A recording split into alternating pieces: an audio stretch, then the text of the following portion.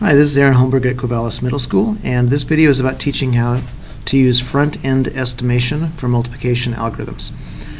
So far in my class, I really haven't used the term front-end estimation much, but it's an easy one to use. The idea of front-end is that you're using the leading edge of numbers to multiply to come up with an estimate.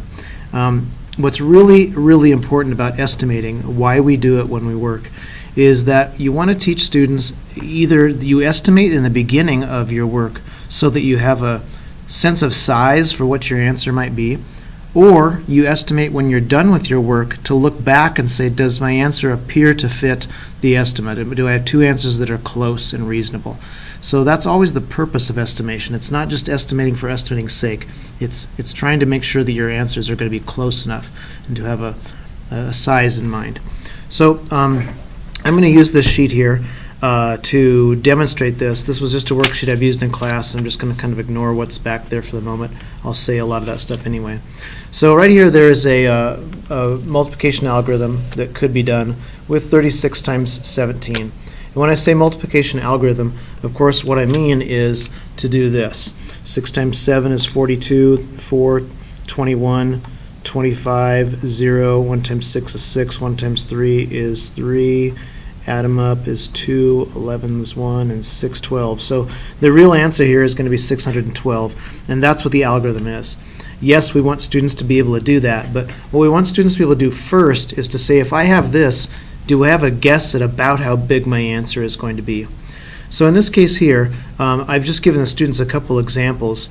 36 could easily be 40 if you round up, and 17 could easily be 20 if you round up, following strict rounding rules. And when you have those two things right there, you're just going to cross off the zeros. 4 times 2 is 8, and put the zeros back on is 800. Now, the real value here is that you're wanting students not just to know that's 800, and then somehow they figure out the answer is 612, and then they're confused about the big difference between the two. What you really want them to be able to do here is to know that if 36 has been rounded up to 40, and 17 was rounded up to 20, that this answer is going to also be up. It's larger and larger, so this answer is larger, and you'd be able to tell yourself, whatever I come up with here, this answer is going to be larger than the real thing, and it is. And whether you did this to predict what the answer was going to be, or whether you did the algorithm first and then went back and checked at it, you could see, well, that's what I thought it would be. 800 is larger than 612, and that's reasonable. And then the idea is, with this is that you could say, yeah, this is larger than the original. This piece of work that I did on this particular worksheet is where I was teaching students what it means if you say close enough, if an estimate is close enough. You know it's close enough if you know if it's larger or smaller than the actual answer. This is what enables you to say whether something's close enough or not. So number 2 on this sheet, I actually gave students an example of what you don't do. Sometimes students will round just one of them, and then they'll have the other one here like this.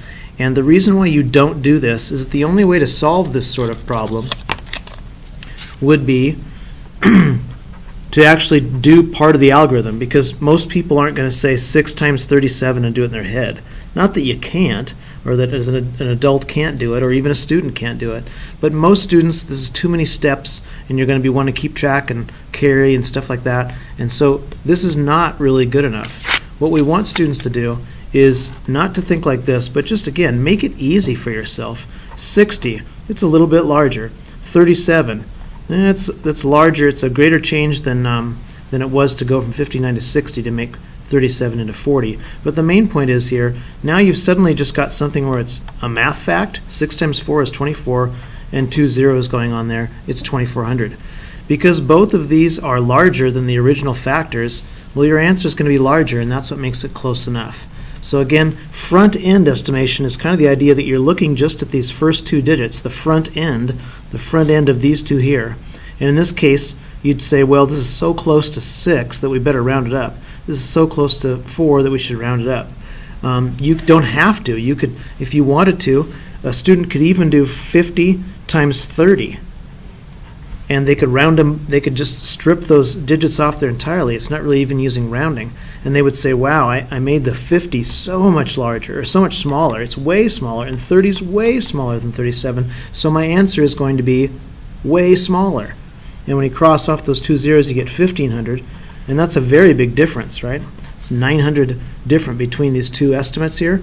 But if this student knows, well, 1,500 is going to be a lot smaller than the real answer, well, they at least have some sort of target for what they're going to do when they get in this algorithm. And they would know that their answer is probably more than 1,000, something like that. maybe they might think it's around 2,000 or something like that. And that just gets them close if they had done this work to say that it's correct, or to know as they work, if it doesn't turn out being larger than 1,000, that they're probably wrong. Again, those are the purposes of it. I'm going to go down here to